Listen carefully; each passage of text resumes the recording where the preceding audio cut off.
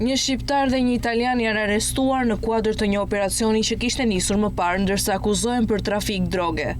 Në momentin e arrestimit të rinjve ju gjet edhe një sasi prej gjysmë kilogrami hashash gati për shitje. Aksioni u krye në Milano nga policia lokale në Vermezzo. 21 vjeçari me origjinë shqiptare dhe italiani 24 vjeçar kryenin aktivitetin e palishëm kryesisht në parkingjet e zonës, ndërsa u segrestuan 500 gram hashash dhe 0.9 gram kokainë. Një prej këtyre madje kishte edhe një tet çelës pa asnjë justifikim. Gjatë masës së sigurisë, gjyqtari në gjykatën e Pavjas vërtetoi arrestimet.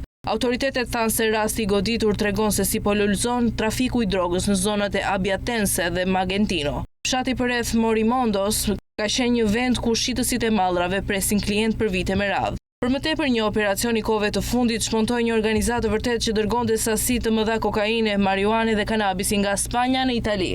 Parkingu i McDonald's në Magenta ishte vendi i preferuar i shkëmbimit të barave, por edhe zona pranë rreth rrotullimit Bofalora, Malpensa, informon media italiane.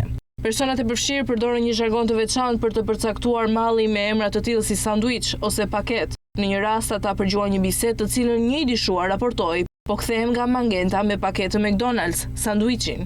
4 persona u arrestuan një muaj më parë në Sedriano, përsëri për çështje që lidhe me drogën. Në atë rast ishte një vajzë 36 vjeçare në zonën e Brescias që u ndalua nga karabinierë në Sedriano, ku ishte caktuar takimi për shkëmbimin. Operacioni çoi në sekuestrimin e 8 kg hashash dhe pothuajse 1 kg marijuanë.